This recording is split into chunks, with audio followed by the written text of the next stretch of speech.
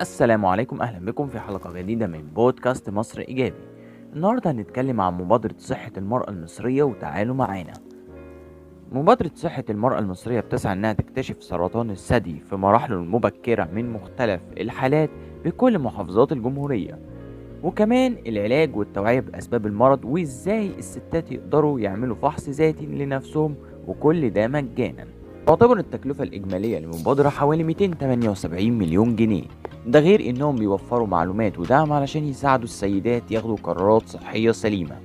كمان المبادرة بتستهدف الكشف عن أمراض تانية زي السكر وضغط الدم، وبتعمل فحص للوزن والطول عشان تعرف مستوى السمنة أو الزيادة في الوزن، وكل ده مجانا للسيدات اللي فوق ال 18 سنة.